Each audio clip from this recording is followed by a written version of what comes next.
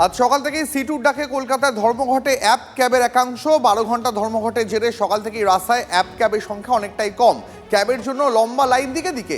আমি সরাসরি এই মুহূর্তে শিয়ালদা স্টেশনে যাব। আমার সঙ্গে আমার সহকর্মী সুচরিতা রয়েছেন সেখান থেকে। সুচরিতা, শিয়ালদা স্টেশনের বাইরে বহু সংস্থার অ্যাপ ক্যাবগুলো দাঁড়ানোর জন্য নির্দিষ্ট জায়গা রয়েছে, সেখানে আজ কি ছবি? যাত্রীরা কি গাড়ি পাচ্ছেন পর্যাপ্ত?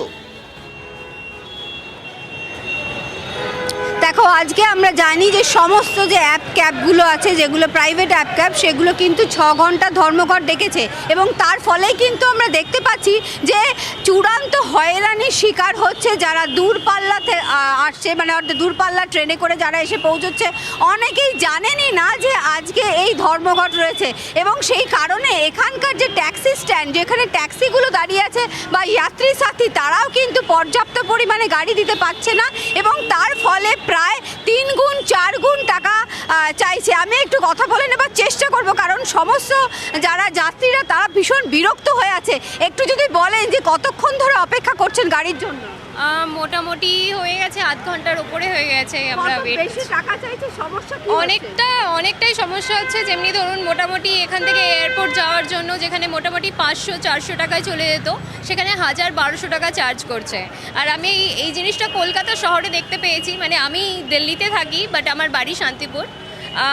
দিল্লিতেও এতটা চার্জ করে না যতটা চার্জ কলকাতায় করছে। আজ কলকাতায় আরেকটা জিনিসের প্রবলেম আছে, এটা আমি সরকারকে অনুরোধ করব, কারণ এখন যেহেতু নতুন সরকার গঠন হয়েছে কলকাতাতে, ক্যাবওয়ালারা মানে মেনলি সব সময় এক্সট্রা চার্জ করে। 100, 150, 200 যা অ্যাপে দেখাবে তার থেকে ওনারা রিকোয়েস্ট করে দিদি বা দাদা একটু ধরে দেবেন। কিন্তু আজকে তো ধরুন ক্যাবের যারা, তারা তো আজ ধর্মঘট ডেকেছে, ফলে আজকে কি হয়রানি আরও বেশি হচ্ছে? অনেক বেশি। আমরা ট্রেন থেকে নেমেছি 10টা, এখন বাজে 10টা 45। এখনো পর্যন্ত পান না।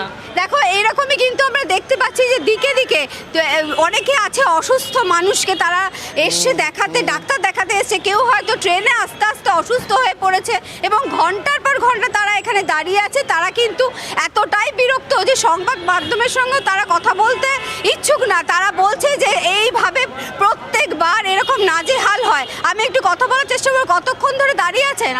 আধ ঘন্টা। রাজধানীতে এসছি, যাত্রী সাত্রী উর্বর কিছুই নেই। কাউন্টারে বলছে ওটিপি পেলেও কিছু পাবেন না, 800-1000 টাকা হলে ছোট ছোট জায়গায় যাবে, সব শাটালে যাচ্ছে। বুঝতেই পারছো যে হয়রানি চূড়ান্ত। বয়স্ক মানুষ তারা অপেক্ষা একেবারেই করছে। সুচরিতা, সপ্তাহের প্রথম কাজের দিনে এইভাবে অ্যাপ ক্যাব ধর্মঘটের ফলে যাত্রীরা যে একেবারে ব্যাপক সমস্যায় পড়েছেন সেটা তাদের বক্তব্য থেকে স্পষ্ট। ধন্যবাদ তোমায়।